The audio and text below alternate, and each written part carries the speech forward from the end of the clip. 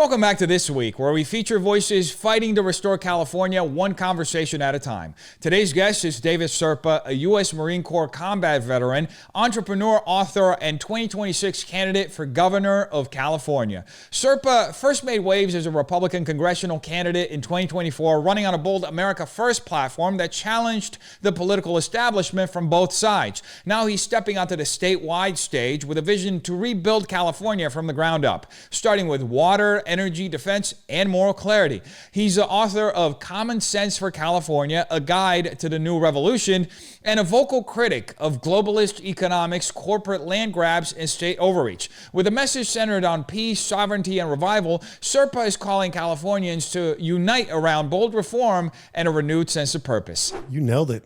You AI went to work for you, I think. 100% helped me with that, yes. Yeah, no, that was great. You really nailed it. I am an outsider. I am a unifier. Yeah. I do look at this system like it needs to be contested from both sides. Yes. And that's one of the biggest problems that people look at in the state of California is they look at a Republican Party and they're like, oh, do I want to be with the Republicans or the Democrats? Oh, the Democrats are responsible for running the state into the ground. Maybe I'm a Republican. Yeah. And then they show up to some of these Republican meetings and they're like, I don't know what that was, but I'm not a Republican. Yeah. So I want to give people, most people, a populist message that I think that they can get behind, that unifies people on a little bit of common ground and common sense and, God forbid, a little bit of compassion coming from the right. So it's interesting you mentioned that because a lot of, I just had a conversation yesterday with two people, and it ended up going towards something very similar that you mentioned, this idea of a uni party, right? Where there isn't much differentiation between both parties. Yes, the principles are different, but at the end, they kind of complement each other in a weird way that they kind of become the same. There was this Democrat years and years ago, 150 years ago, who said, I don't care who gets the vote as long as I get to choose the candidates. Yeah. And at this point, we have two establishments that are really making it difficult for the people's voice to be heard, which is the political establishment, which I think is the Republican and the Democratic parties. And then there's also the media establishment, which makes it very difficult because here we are 360 days out from the primary election. And the establishment from both sides are already endorsing parties. The media is acting like there's nobody else out in the world that exists.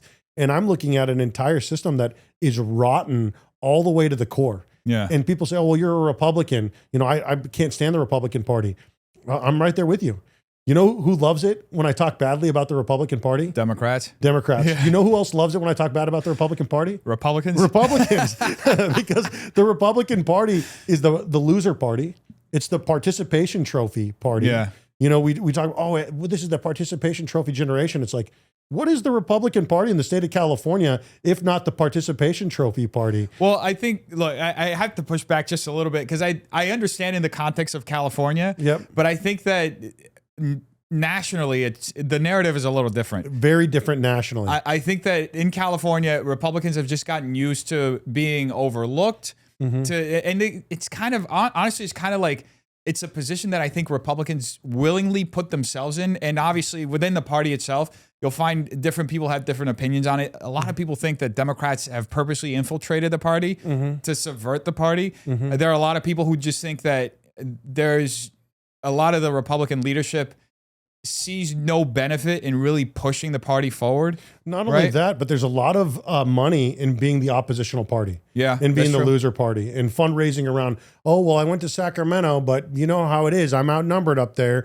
So I just got my butt kicked again. Yeah. And it's like there are other things that you could do to introduce legislation on behalf of the people, bipartisan legislation on behalf of the people, and then bring it to a vote so that we get people on the record voting against populist policies, because it's very easy to get lost in the culture war. Yeah. It's constantly being stoked from both sides. Yeah. And there's little room for agreement in this culture war that we keep creating. But I think that good governance is where everybody wins. So how do we break that? How do we break this I guess, this stalemate with both parties and actually create a government that's for the people? I love that question. Have you seen Game of Thrones?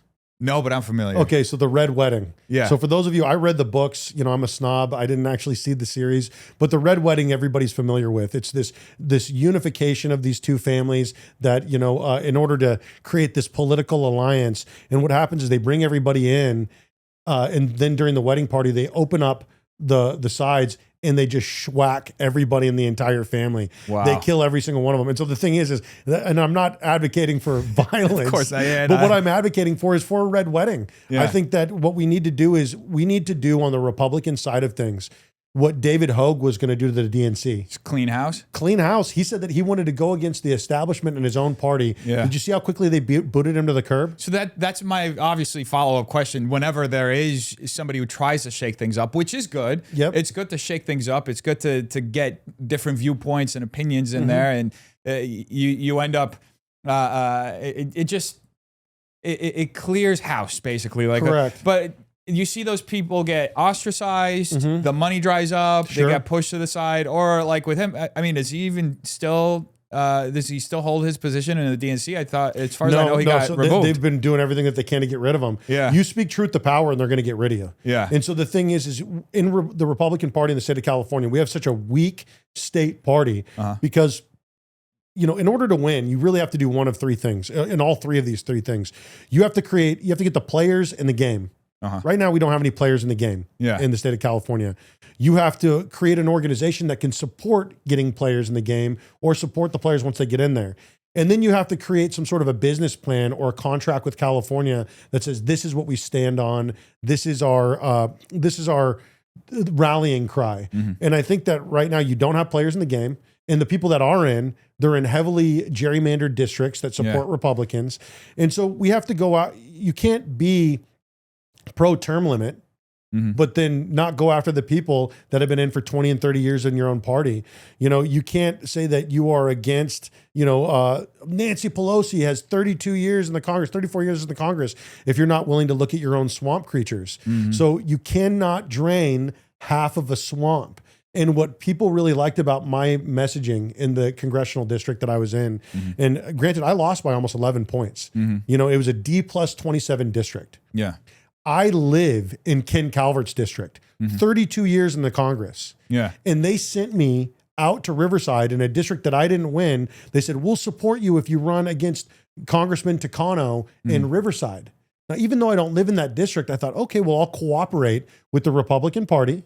I'll go out in this heavily, Democratic district.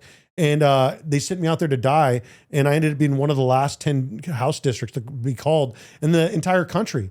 So we got closer than they would expected, and we gained a lot of momentum on a statewide level where people are saying, you know what, you're a little bit more of a moderate Republican. You're a little bit more of a populist, economic nationalist. My campaign slogan was, it's not left versus right. It's time to unite. People are sick of the professional wrestling, the idiocracy, the firing guns up in the air. And the politics is entertainment. Politics is entertainment. And so when you look at the culture war, who is that good for? It's good for ratings. It's good to get people in sound bites that are willing to say inflammatory things in an 8 to 12 second clip, which is about as long as our attention span goes. But if you are looking at, and I was on the Latino Free Minds podcast last week, great podcast. And he had asked me, he said, what will you be willing to do for Latinos specifically? And I said, nothing specifically, because the thing you is, didn't pander. No, I don't pander. That's great. And I said, nothing specifically, because the thing is good governance helps the Latino community. It helps the Black community. It helps the gay community. It helps the Christian community. It helps everybody. And we don't have to create enemies. We don't have to be divided. That's all part of the playbook. Yeah. You keep us divided, they're easy to conquer us. So there are a few different things I want to ask you about. You mentioned a contract. You have a contract. That's right. You made a contract for California, right? That's correct. Can you go over some of that? Yes, I can. So right now it's 15 items long. We're adding a 16th item to address artificial intelligence, machine learning, and AGI. But what it is it's a contract with California, similar to what Newt Gingrich did in the 1990s. We want to bring back what's common sense, find the common ground. And so it really focuses on three things: safety, which is sort of the foundation for any society, the foundational building block. It's on safety, development, and development is extraordinarily important. And I'd love to talk more about that. Development of our state parks, development of housing, development of public infrastructure, and then dividends. Not just going to you for additional tax revenue and saying, we want more property taxes, we want more sales tax, more income tax, but saying, we don't have a revenue problem, we have a spending problem. You take that $234 billion state budget, you make sure it's balanced, not only operating in the red, but get to the green. You know, the idea behind Doge was to cut out so much waste, fraud, and abuse that we could send out Doge checks to everybody. And of course I was like, don't do that. It'll drive up the debt. Exactly. States are different. We operate and we have to balance the budget every year. And so we can really run the state like a business, give the people ownership of that business, a government of the people, by the people, and for the people, ran like a business that actually benefits the people, similarly to the way that Alaska doesn't have income tax, but they pay oil dividends to their people. Saudi Arabia, they pay oil dividends to their people. So how would those dividends be paid out? Like a monthly we're the fourth check, largest economy in the world, right? We just leveled up. So because we're the fourth largest economy in the world, California is doing so well, but you would think that Californians would be doing a little bit better. So what you do is you give people ownership of that GDP as a government, fourth largest economy in the world. Fantastic. Let's give people ownership. Let's make sure that a percentage of that, once we balance the budget, is given back to the people. Because if you invest in things that yield a dividend, you can cut dividends to your shareholders. That's the way that a business is ran, right? So what would be some of the things that you would potentially cut to balance the budget? So great question. So the job of the controller, everybody says Doge, California, Doge, the government. The job of the state controller, and her name is Malia Cohen, is to balance the state budget, but also audit government spending. So between her, the treasurer, and the controller, you should have a balanced budget that's being audited. And, we could all look at the PPP loans and say, where did that go? The bridge to nowhere, the lottery money that was supposed to save our schools. There's so many. California needs a deep forensic audit. Correct. There's just so much fraud. You didn't even mention the bullet train. There's the homelessness. Yes, 24 billion. Well, that's just on the state level. You have in the county level in LA, you have $1 billion in 5 years. Yes. And they just a couple of weeks ago approved another 600 million. So, how would you do you have an idea or how would you present or, bring more transparency? Yes. So we need to lead a government audit and of the state of California, and the job of the controller is to do that. So what I've been talking to this guy named Jack Guerrero, who I really want to run for state controller. Because he was in the state Republican Party up in Northern California at our seminar saying, we need to Doge California. I'm like, that's a job of the controller. You should do that. That would be beautiful. Because the thing is we perpetually vote for things like water infrastructure, $7.9 billion in water infrastructure that, we thought was going to be spent well. The bullet train, where did that money go? We vote for arts and music funding. 2 years ago, we voted for $2 billion in additional arts and music funding in the state of California. In the following year, Governor Newsom cut $2 billion in arts and music funding from the budget. We voted for daylight savings time, and we're still setting our clocks back. We voted for Prop 36, and they won't fund it. I did see that as well. And so when you look at all of this spending, people need to be held accountable. And that would be the state controller's job. But not only do they need to be held accountable, an audit needs to come with teeth. And so that would be the job of the attorney general. Because the controller can find the waste, fraud, and abuse, but then they have to refer it to the attorney general for prosecution. So we're talking about criminal charges. I am talking about criminal charges. $24 billion. If you were to $24 billion be missing from your business, you would go to jail. You would go to federal 100%, prison. And then in addition to that, and this is one of the reasons why Republicans lack credibility is they're not looking at the Department of Defense and the fact that we spend $1 trillion a year on defense, and that we failed 7 consecutive audits, unable to account for 61% of $3.5 trillion in weapons and assets and capital throughout the globe. And for myself, I'm a combat veteran. That infuriates me. We are funding 800 foreign military bases. We fund 73% of the world's authoritarian dictatorships. And so what happens is we destabilize the rest of the world, and then we're surprised that all these people that are on the receiving end of America's foreign policy want to come here for a better life. Well, that brings me. There's a few different things that I want to touch, but since you touched on this one, the moment that we're filming this interview, there's still riots happening in LA. Sure. Because of immigration policy. Trump announced, I think there was 700 Marines that are coming 700 in. Marines. And I just saw a video of them today. They're training at the SEAL base. Yep. So I mean, it's definitely an important issue. I just saw the lieutenant governor say that there are 2 million illegal aliens in California. Correct. And I see this as a threat to the state. It's a threat. You have 2 million in LA County alone, according to MSNBC, there are 1 million. So these are folks that, while they are looking for a better life, these are folks that have shown that they don't want to necessarily assimilate, and that they will potentially tear down the city if there's any sort of pushback. I mean, there are only, I think, about 120 people have been arrested. They're all criminals. Yep. And what's extraordinarily interesting about this is that, President Obama was the reporter in chief. Yeah. He deported over 3 million illegal immigrants. So would you assist ICE? I would assist ICE. And the thing is that's federal policy. When the federal government is implementing policy like about immigration and about the border, then you should be allowing the federal government to do its job. What's created the combative situation that we're in right now is the lack of government accountability here in California. You have Prop 36, like I said, which was supposed to, again, make crime illegal again. Yeah. And it passed with 68% of the vote. It's over, even Democrats voted for it, yeah. And they won't even fund it. Yeah. And so people are very frustrated. They're creating the situations that are hostile on the ground. I understand being frustrated with the sort of, Janet Reno kind of approach to immigration that is being taken right now. But that's what the people voted for on a federal level.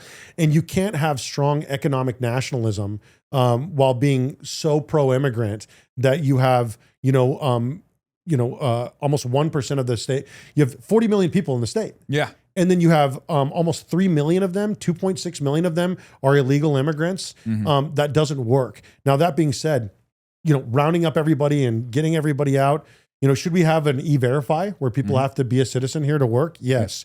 Should we have a similar thing, E-Verify for housing, where you have to be a citizen to attain housing? I think so. I think that's common sense. Should our immigration policy be fixed on a federal level to help some of these DACA people and some of these dreamers and some of these people that have been here for 5-10 years with their families to find a path to citizenship? Yes, it would help our economy. But that being said, when you get to a point to where you are importing the rest of the world, people are no longer incentivized to stay home and fix their own country. You have a lot of Californians who are saying people should stay in their own country and fix their country while they're packing up U-Hauls and moving to different states. Yeah. I'm like, wow, how easy it has been for Californians to give up on California. I think that just a lot of Californians have become very disillusioned with the leadership. I mean, we've basically had one party rule for 50 years. I don't count Arnold as a Republican. He basically just, he went however the Democrat Assembly went. Correct. And he kind of had to. He put $5 million of his own money in order to try to get 3 ballot initiatives on, which all got shut down. He was still surrounded by the Browns and the Pelosi's.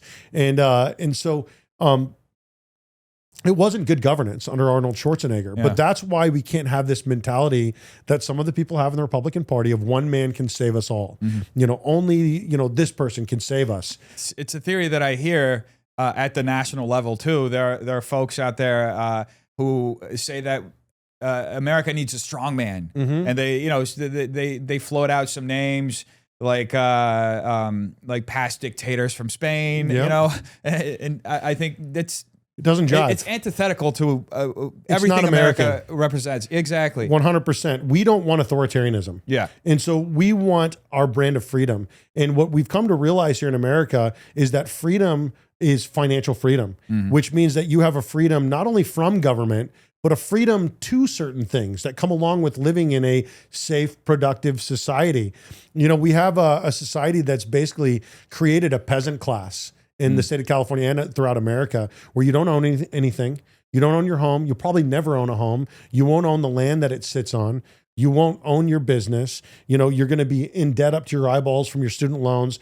We don't believe in home ownership anymore. We believe in home loans. Yeah. God forbid you get sick. We lead the world in medical bankruptcies, 650,000 medical bankruptcies every year. And so when people look at this sort of stuff, these sort of financial ties, and say, man, if somebody could just articulate a way out of this, if somebody just had some sort of plan, whether it was left or right, I wouldn't care. I just want something that I can get behind. And the people have been abandoned by both the Democratic machine, which has a super majority on the state. Yeah. You talk about things like healthcare. Governor Newsom pulled a healthcare bill from Sacramento, just like Nancy Pelosi wouldn't let it go to a vote on a national level in the House, which was what the whole force the vote thing was about. These people are able to do things like fly a pride flag, instead of giving you something for your vote. That doesn't cost them anything to put a pride flag out in front of the building, but ultimately they're destroying your cities. Over 50% of our state's budget goes to education. And I'm a pro-education guy. We have some of the worst results. Worst results. Some of the numbers I've seen were 33rd. I've had people tell me we're 40th. I've had people tell me that we're 52nd behind two of our territories. You look at a lot of this stuff, and if 1 out of every $2 that were being spent were going to our schools, but we had the best paid teachers, we had the best educated students, and we had the best facilities in the world, no one would bat an eye at it. Yeah. But we don't. We have students that are failing across the board. We have teachers that are going into their own pocket in order to subsidize their classrooms. We have government spending out of control, and that would be a great audit. Starting with the schools, starting with some of these school districts. Yeah, a lot of the waste, fraud, and abuse. But the thing is for too long, Republicans have been too anti. We're too destructive. Destructive based. We want to destroy things instead of creating things. We say, well, we don't like that this is going on in schools, or we don't like that this is happening in Sacramento, but we offer no alternative. We don't say, oh, well, we want to have a school choice voucher where people can, have a voucher for parents that says, this is how, like the GI Bill operates. So it puts them in the driver's seat. We know that standardized testing is a failure. Parents know when they're sending their kids to failing schools. Yeah. But if we had not only a school choice voucher, but a child care voucher, so that we could get parents who want to work when, and they're not being bled out for child care, and they're not sending their kids to failing schools. Let's allow them to go to any public school that they want, charter school, homeschool, or a trade program, certificate program, licensing program. We have required too much that is bringing us towards the last industrial revolution when we're heading into the AI industrial revolution, the fourth industrial revolution. We're looking at our schools in a way that hasn't been revisited since the last industrial revolution. We're not going to be creating a bunch of factory workers.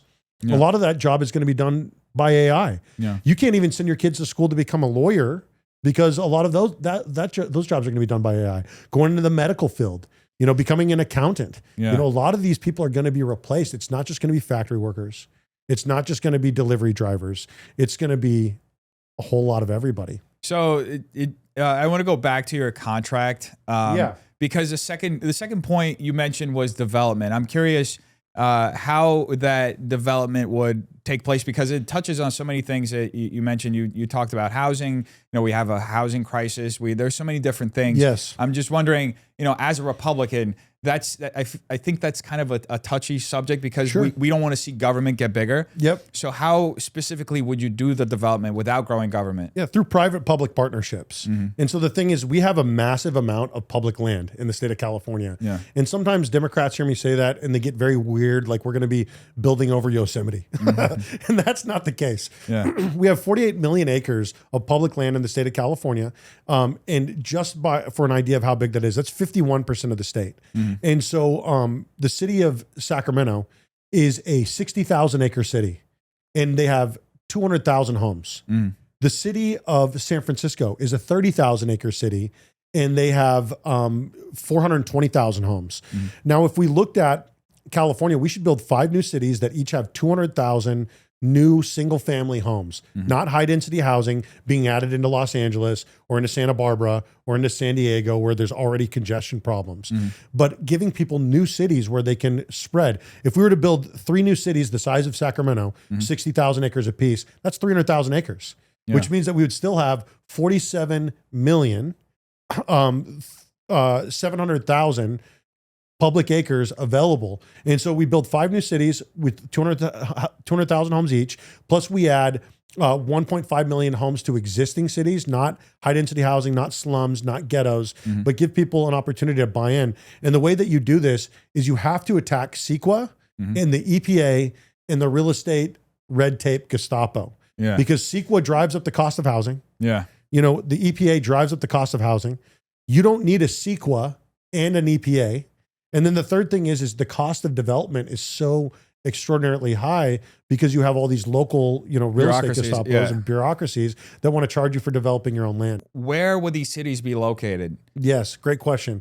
So the state of California is huge, and I would love to build 3 new cities in the far northern part of Northern California because there's a humongous amount of water and resources up there, which would create, and also a lot of space to develop. I don't want our children to be priced out of California and have to go to another state in order to participate in the American dream.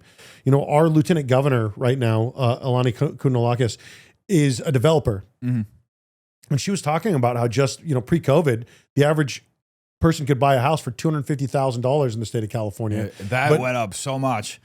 Now it's almost quadrupled. And so when you look at the cost of housing, it's now over $900,000. It's not that, and that's all because of the bureaucracy. Part of it. See, the problem is we've printed so much money without having any sort of fiscal responsibility, and we've also funded 73% of the world's authoritarian dictatorships. So we're constantly sending money outside of the country, which devalues our own dollar and destabilizes the world. And so people, they bought their house before COVID, and they say, "Oh well, I bought my house for $350,000, and now it's worth $700,000." That means that I have $350,000 in equity. And I tell them, no, that's not actually the case. What it means is that your dollar is worth half of what it was when you bought your house. Because the cost of energy has gone up, the cost of groceries have gone up, insurance, everything across the board. Inflation just went crazy. My follow-up question would be, as far as building all the housing, it's a great solution to solve the housing issue we have. But one of the issues that we also have that we see a lot play out in LA is a lot of these developers and contractors that end up getting contracts to do construction for the city or the government. There's a lot of corruption that happens. That's correct. With it. We're spending, I think, like $200,000 to $400,000 on homeless units when most of the country spends $60,000 to $80,000. That's right. So I'm just curious, how would you mitigate, or how would the transparency occur in that sense when the contracts are going out and how the money is being spent? Because we have enough mismanagement with money. Building 5 cities is a big undertaking, correct, which would solve a problem, but it also opens a door for massive corruption. It opens the door for massive corruption. You're correct. Ultimately, what happens, I'm a capitalist, and right now we have a capitalist country where no one has capital and no one has product. They don't have housing. They don't have anything that belongs to them. And so building 5 new cities is a massive undertaking. And there are massive, companies out there that specialize in doing these things. But I feel like the more that you give back to localities and to people to develop their own lots, to develop their own homes, to smaller builders, because everything in California either becomes you have to do it yourself, or it's big everything. Big developers, big ag, big pharma, big media, big education. And so what happens is when we overly commoditize everything, we get treated like peasants, like Russian serfs, like slaves, wage slaves. We don't own anything. And so in order to approach the problem the way that you need to address the commodity in a way that floods the market, which drives down the cost of the commodity. And that way you can build a lot of housing. Because a big part of it is deregulation. And cutting down on the amount of taxes and burdens that developers expect. Because right now it's 25% of all commercial development goes to the red tape, the red tape, the bureaucracies and everything. And almost 40% of residential housing. And what I've found with the Democratic Party is they have no idea why. You know, you had Katie Porter come out and say, oh, in Texas, it takes 3 years less to build. And it's like, well, why is that? Because of all the bureaucracy. Because of all the bureaucracy and all the red tape. They can't put 2 and 2 together. Correct. And so by passing more power back to people, it gives them opportunities to fail. And so if you have a developer who's responsible for his own development and he fails in his development, it goes under and it gets bought out. That's what happens normally in a healthy market. But what happened was in 2008, we started looking at things like they're too big to fail. We should have had some banks fail in 2008. Then what would have happened is the market would have been forced to correct. Instead, we, the people, bailed out the banks and they paid themselves bonuses. Basically. And they didn't learn anything. Yeah. I'm thinking, would you have any sort of measure to incentivize like small developers or small contractors to go out and build some of those houses? Because it's a lot of houses. You know, there are incentives that normally only get sent out to like, because what we have is we have cold-hearted capitalism for the poor and we have socialism for the rich. And we have a lot of these billionaires that are getting government subsidies like crazy. But you know, the people that I respect are the people who, a lot of them made their money in real estate.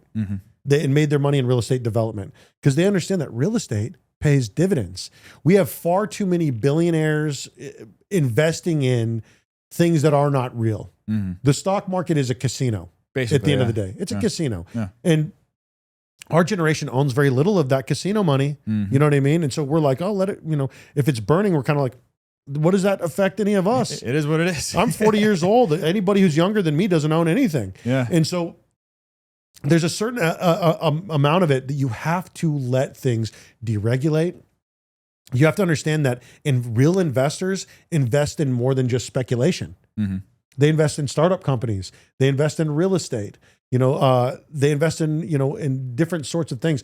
They don't just invest, because when people talk about investment now, it's speculation. You know, it's boom and bust markets. And when all of the money is made in boom and bust markets, then you have artificial booms and busts where people go into companies, they buy it, they inflate it while gutting it, and then they sell it off, and then everybody gets destroyed. And so a boom and bust market without healthy booms and busts, but where everything has been overly commoditized by BlackRock, State Street, and Vanguard. My gosh, not only do they own all the casino, they own the casino police, they own the chips that are on the table.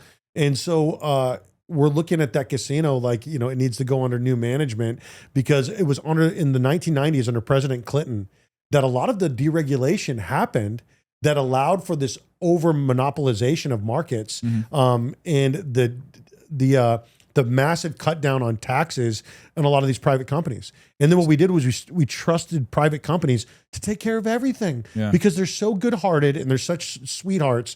They're going to now take care of our nuclear energy. And, you know, that's been a massive failure. So across the board, we've been privatizing everything and then being surprised that the privatization of everything with the government subsidies that come from us, the public, and then we bail them out when they fail to perform in the market. That kind of stuff isn't working anymore.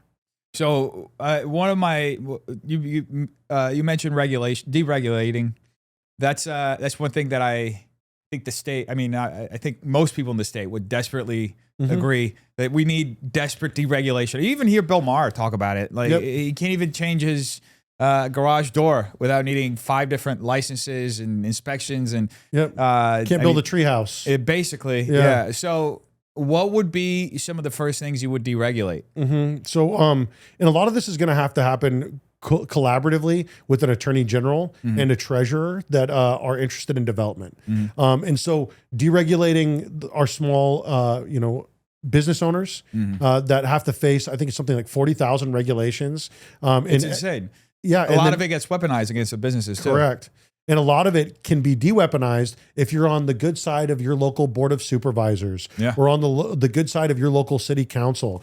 They're willing to waive that stuff for you. And so there's a lot of crony capitalism that takes place amongst the good old boys.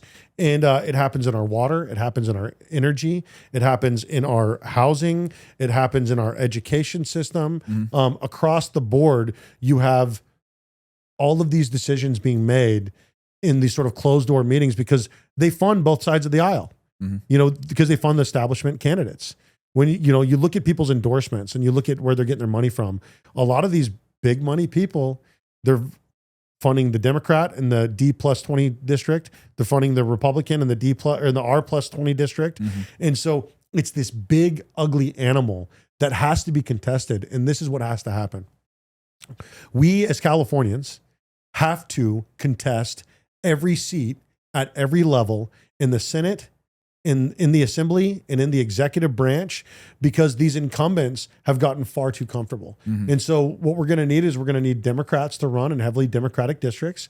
We're going to have Republicans run in heavily Republican districts to primary them from the left or primary them from the right, which is really just a populist center because the uniparty doesn't serve any of us. And we know that.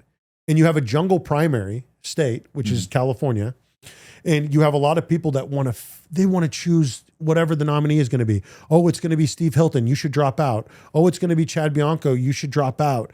But this sort of choosing the candidates before people get an opportunity to debate and have dialogue, it doesn't allow the cream to rise to the top. And what ends up happening is you have the California Republican Party that if a candidate starts getting legitimate momentum, like Steve Garvey did, or not Steve Garvey, like Eric Early did when he ran for Senate, like Rachel Hamm did. What they'll do is they'll often find a name like Steve Garvey to enter the race at the last minute, rug pull the good candidate who has the chance at pushing the dialogue forward. And then they put in this establishment candidate to be the sacrificial lamb. Because if it would have been Eric Early against, Katie Porter and against Adam Schiff and against Barbara Lee, then that would have been one heck of a debate. But it was Garvey. Yeah. And Garvey was a sacrificial lamb. He's 84 years old. He got plotted out there. He didn't really get out and campaign the way that he could have campaigned. And we see this time and time and time again. So we have to develop a mentality that's closer to our founding fathers or our founders, which is we want dialogue. Our founding fathers weren't Republican and Democrat. Yeah, they all exchanged dialogue and they had conversations and they had discourse, and then they allowed the good ideas to come to the top. Instead, we're perpetually a culture that is obsessed with the person. A cult of personality. Yeah. We do it with Gavin Newsom. We do it with President Trump. Whether it's Governor Newsom or it's President Trump, I would rather talk ideas because if you don't talk ideas and you don't talk governance, the mentality is, oh, everything that's happening on a national level is President Trump's fault. Oh, everything that's happening on a state level is Governor Newsom's fault. Yeah. Governor Newsom, also an easy out if people want to deflect from taking responsibility for whatever is happening. But you mentioned the open primary, and this is something that I've heard in several meetings with other Republicans, that the concern right now is that there may be too many candidates throwing their hat in the ring, and that'll break up, right? Because it's an open primary, it could damage a candidate that has a viability to win. What do you say to people who have that fear? And I mean, you think debate is a good idea, but if you could just address that fear, what would you say? So I'm going to fit in the best place for me to fit in when the time comes. Yeah. Right now I'm running for governor. I started off running for lieutenant governor, and I didn't see the sort of leadership that we needed to change the message, build a big tent Republican Party, and start running good candidates, because the problem is systemic. And if there's a systemic injustice, if there's a systemic problem, it requires a systemic response. And so what we can't do is we can't do what Andrew Yang and Bernie Sanders did in the Democratic primary, where they allowed the DNC to steamroll them. They allowed the media to steamroll them, literally allowed the nomination to be taken from Bernie by the superdelegates. Then you had the same thing happen in 2020.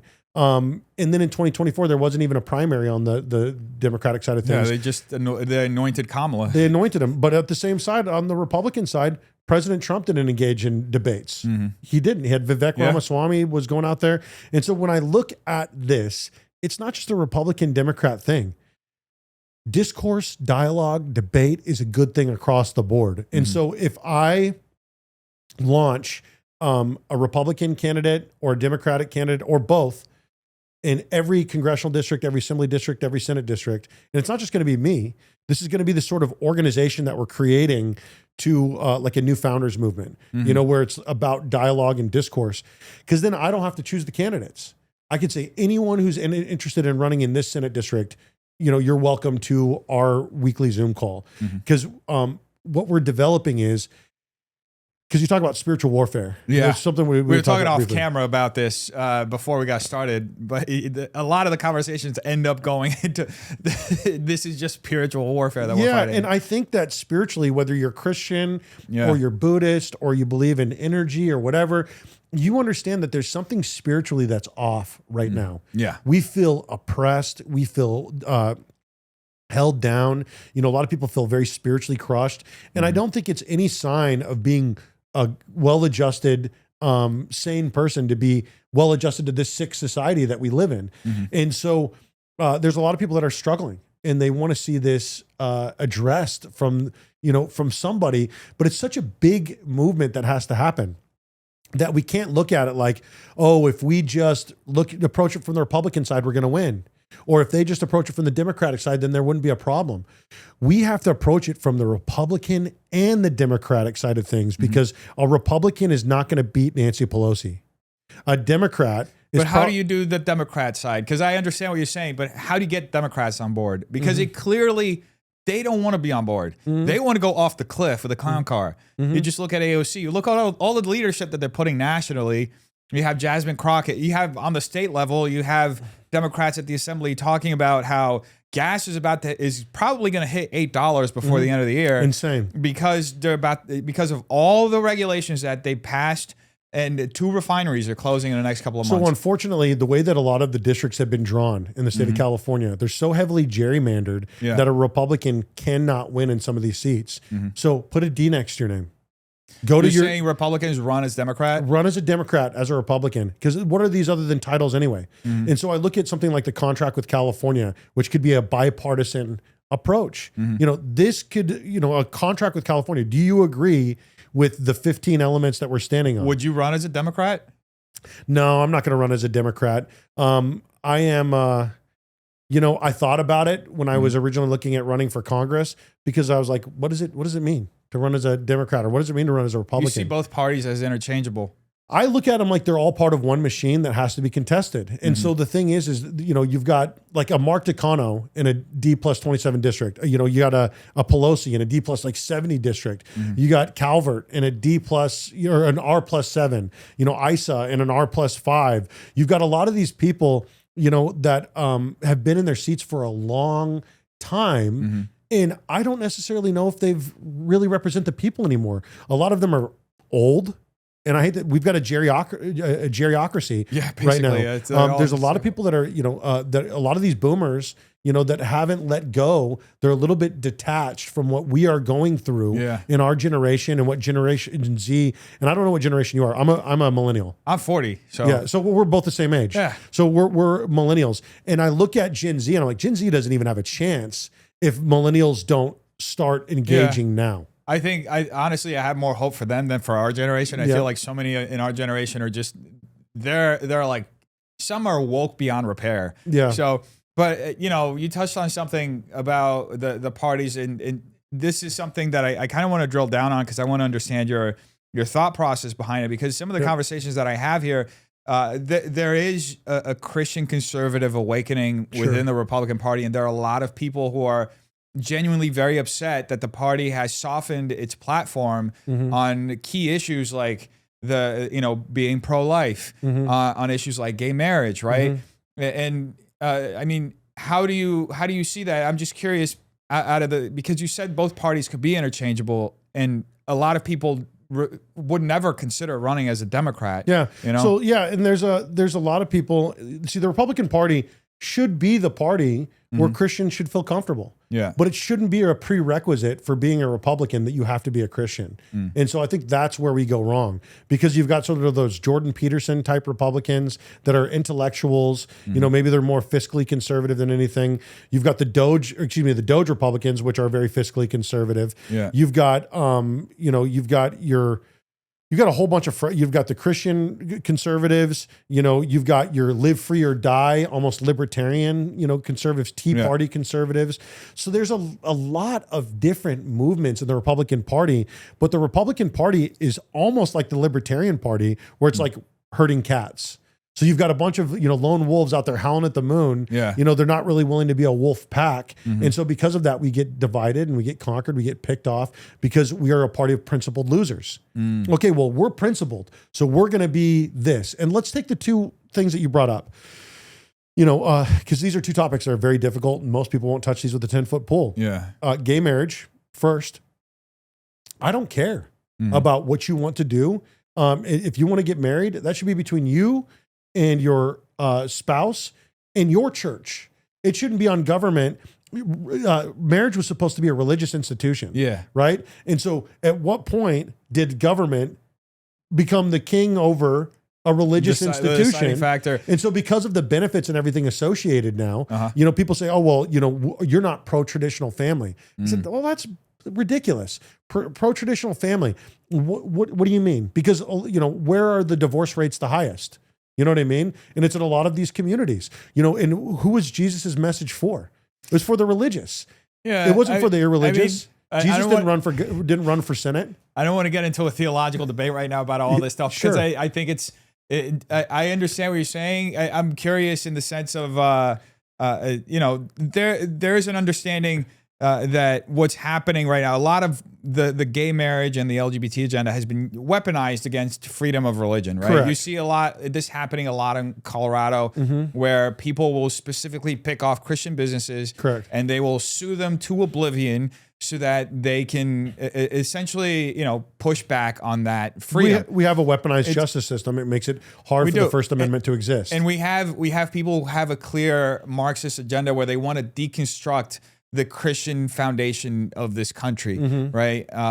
So I'm curious, when it comes to the conversation of gay marriage, that's where a lot of the Christian conservatives are coming from. They think it's something that it's between a man and a woman and God, right? And that and this is where you get into a little bit of a gray area, because a lot of people think that sure, the state can extend marriage, but it's not a valid marriage within the church. The church shouldn't be forced to recognize that marriage. Shouldn't that be up to the church? Yeah, exactly. And so the thing is I tell people, first off, if government should not be involved in the business of marriage, because they become engaged in the business of divorce. And so I don't like it in general. But if government is going to be involved in marriage, I don't want to be telling consenting adults what they can and cannot do if they love somebody, if they want to get married. And so I have no problem with gay marriage. That being said, and there's a lot of churches out there that have the pride flag in front of their church as well. Yeah. And I drive by them and it kind of makes my eyebrows go up a little bit. Yeah. But at the end of the day, big discussion in the Christian community. That's their church. Yeah. It's not my job to tell you who God is and what God would believe. Yeah. My job is governance. I'm not running for head youth pastor. Yeah. And I think a lot of times we get confused in the Republican Party thinking we're running for head youth pastor, head pastor of a church. My job, I'm a fiscal conservative. I'm somebody who looks at government like there's a role for government to play. And the way that they divide us is by doing things like this. And also we voted for gay marriage twice. And then you look at abortion. As propositions in the state. As propositions in the state. Yeah. It went to the voters. And so just like Proposition 36 passed with 68% of the vote, abortion passed with, I think, 63% of the vote. And so as conservatives, we fall into the trap of letting them define the conversation around life. Shouldn't life be around adoption?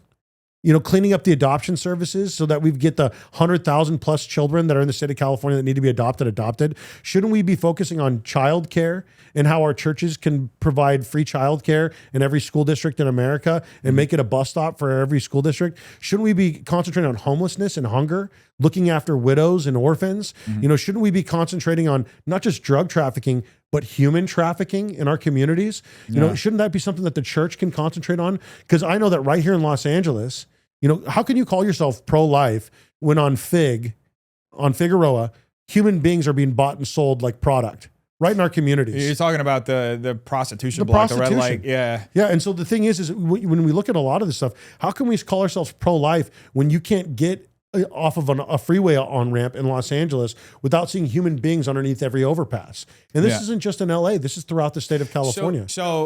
This is a great conversation. Now, one thing that I want to ask you about, which I'm very, I think is something that a lot of people don't really notice, but they would be vehemently against if it were contextualized to them. I was looking at something earlier today. Gavin Newsom passed by executive order over 400 measures, bypassing the assembly. It's something you mentioned earlier, right? How he bypassed the assembly. As far as expanding executive power, it's far beyond what most presidents have even done, right?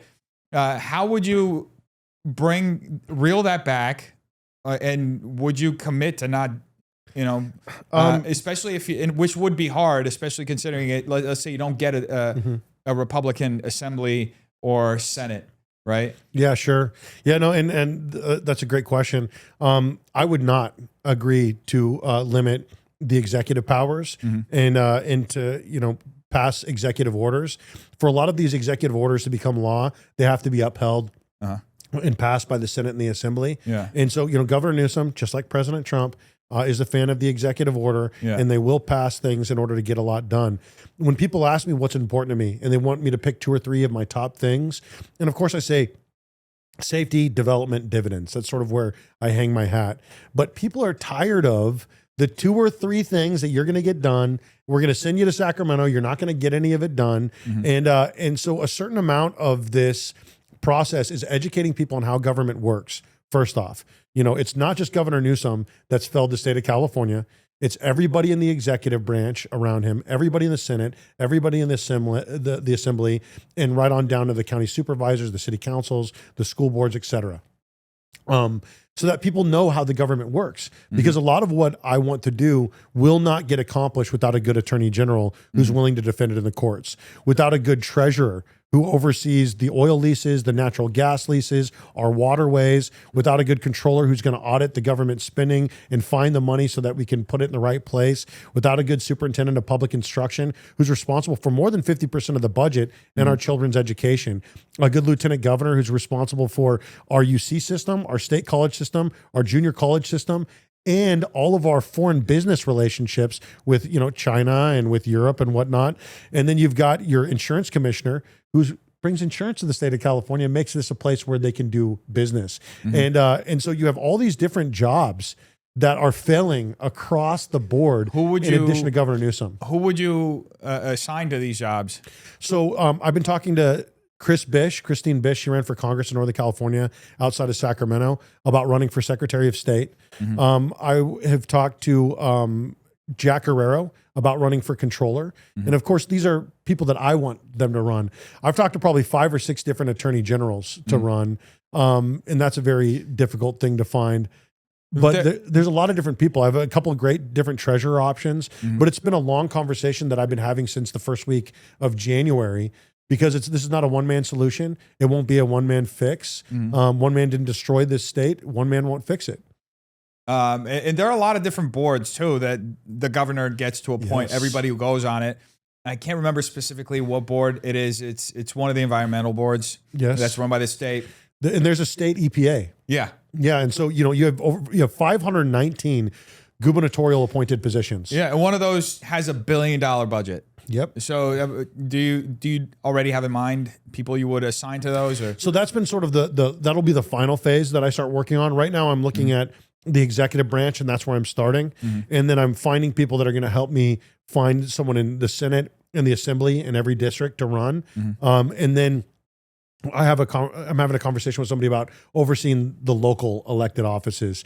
And so it's going to be a coordinated effort. I've been calling it the Republican regiment, but I don't think it needs to be a Republican movement. Maybe it's a new founders movement. But what you need is we need, if it's a spiritual warfare, we need to get organized like it's war. And so whether it's a business organization or a battalion organization, as a combat veteran, it's easy for me to say, we need a regiment.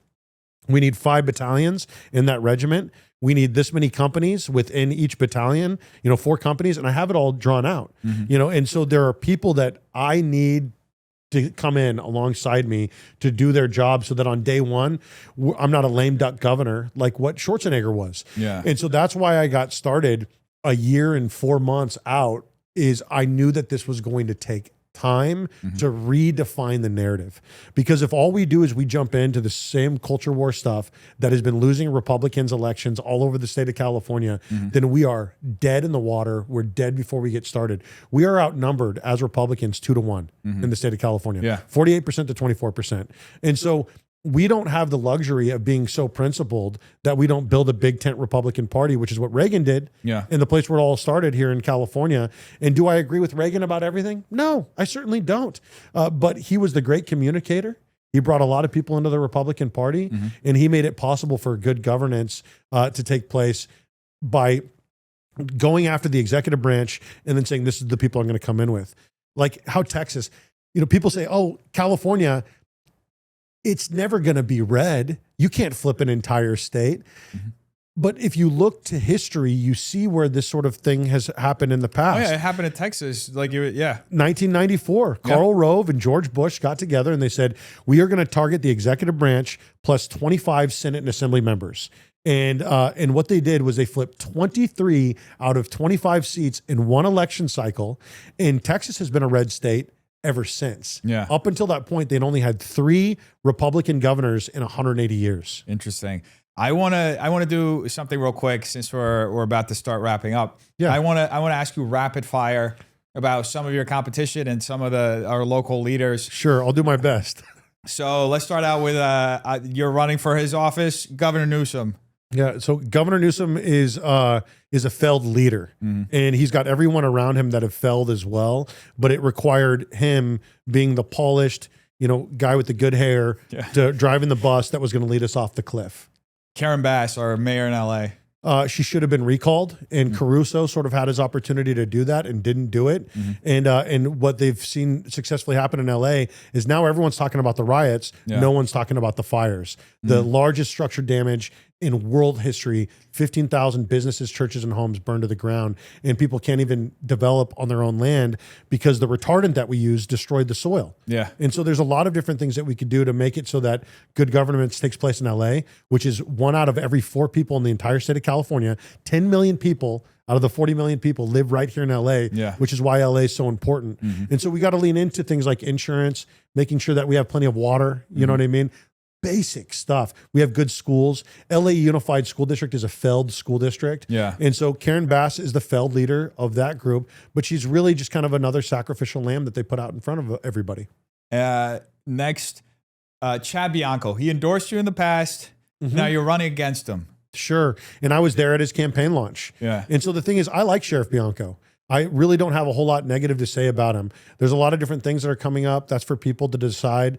I've seen some really good talking points that he has lately. But at the end of the day, I don't know if the sheriff has what he needs in order to take this across the finish line. In the state of California, you have to win about 45% of Los Angeles in order to win the state.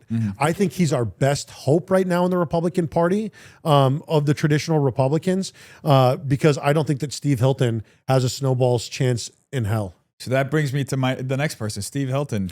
Yeah, so he's a failed, he worked for a failed prime minister, David Cameron, under one of the most controversial times in the United Kingdom, which is Brexit. And then after Brexit, he quit and took his ball and he went home. And so Steve Hilton is a media establishment candidate.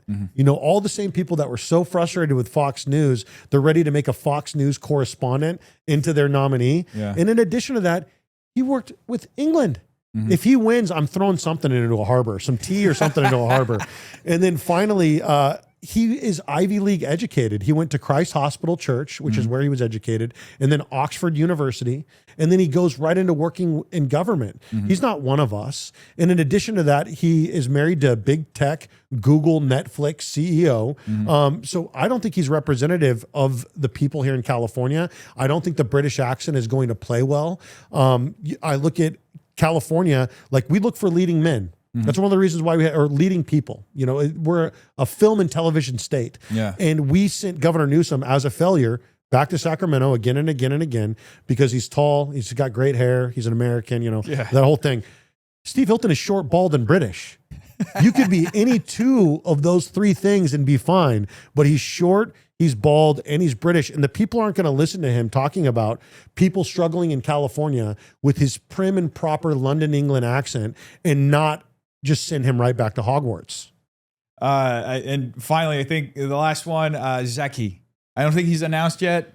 But Leo Zaki? Yeah. Leo Zaki has announced. Yes, yeah. So I like Leo. Leo, everybody will say the same thing about Leo. They say, I like Leo. He's a nice kid is what they'll say, which, he's not a kid. But at the end of the day, he's got sort of a brand in that he came in as the VP of Zaki Farms while it was failing, while it was falling apart. And he, some people brand him as a Nepo baby, which I feel like is a little harsh, but he's living in Bel Air. He lives in Beverly Hills, you know what I mean? And so I don't feel like he's super connected to what people look at as, a Californian, leadership. Yeah. I feel like he's a little bit disconnected. He sort of comes out of the woodwork every 4 years to run for governor.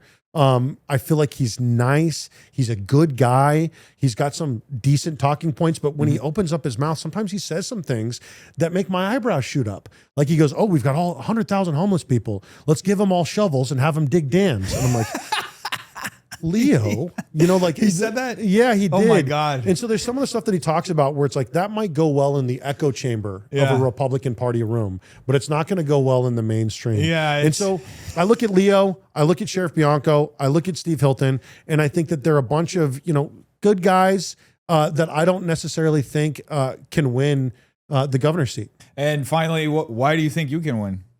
So the thing is I'm one of the people. I lived in LA for 5 years. I worked in film and television and theater. I'm from San Jose. I lived in the Bay Area. My grandpa worked for IBM. That's, part of where I grew up. I've lived in the Sierra Nevadas. That's where I went to high school. I lived in Fresno. I lived down in San Diego County and Los Angeles County. I am born and raised in the state of California. I joined the Marine Corps here. I served in the Marine Corps here. I was inspired to do what you do, which is, work here in the film and entertainment industry. And at that time, when I graduated from high school, we aged out of Section 8 housing after 5 years, and I graduated homeless. And when I was homeless, raised by a single mother, I graduated from high school and I said that I could do anything that I want to do in America. I could do anything that I want to do in California. We are the place where the Renaissance, the golden age is going to take place. We are the leader of the world when it comes to, film and television, agriculture, manufacturing, a middle class, technology. And so I have been a part of that. It's in my blood from the beginning. I was born and raised here. And when I look at the people, first off, very few of the only two candidates that were raised here is Alani Kounalakis and Mayor Antonio Villaraigosa. Those are the only people that are born and raised in the state of California. And coming here like Hilton did, and he's been a Californian for 5 years, an American for 5 years, which I have a kid who's turning 6 on Sunday, and he will have been a Californian longer than Hilton is. If he wants to run for something, he should go run for the Prime Minister of the UK and go back home. And because it's not like you did a great job creating infrastructure in the UK, and now you want to bring it here in California. Look at the mess that he left behind in Brexit. Look at the mess behind that he left behind in the United Kingdom. And you want to come here and tell us how you're going to do things as a Fox News correspondent? No, thank you. And so, I'm tied to it. I want people to be able to graduate from high school and not feel like they can't do whatever it is that they want to do with their life. And in California, we have the ability to bring back that promise to our children that you had, that I had, which is you could be anything that you want to be here. And, we can do it, but it's going to take work. That's amazing. I love that. David, thank you so much. I appreciate taking you the time doing to come down and chat with me. I'm hopeful about our party. I really am. But I agree with you. There are criticisms, but I'm very hopeful. I'm hopeful for the future of the state too. I think that America is a truly unique place where it doesn't matter if it looks like we're behind the 8 ball, if it looks like things are going not so well. We've been blessed by God with so much that I think that will, things turn around one way or another. I agree with you. I think that there is room for hope in California. I do think that there's room for hope in the Republican Party, which is where I've decided to make my movement. Yeah. I want people to register as a Republican. I want people to come in and make the Republican Party feel like home.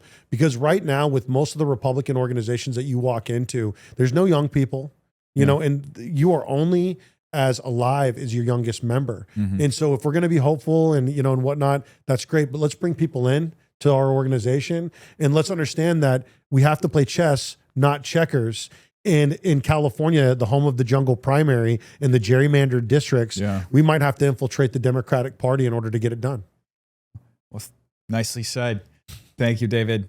How can people find more about your campaign? If you want to just address, that's your camera right there. If you want to tell them your website, your social media, how can people donate to you? That's important too. I appreciate that. Right now it's davidserpaforgovernor.com. We're going through another launch in the campaign where we're going to be launching, you know, the contract with California, the newly revised version. We're going to be bringing people in, giving them a place to organize. But you could find my website online, davidserpaforgovernor.com. You could also find my cell phone number online. I'm very easy to get a hold of, and I'm all about debate. I'm all about dialogue, all about discourse, because that's the way we're going to create a better California and a better Republican Party. Thank you so much, David. That was amazing. Thanks, Dennis. Appreciate you.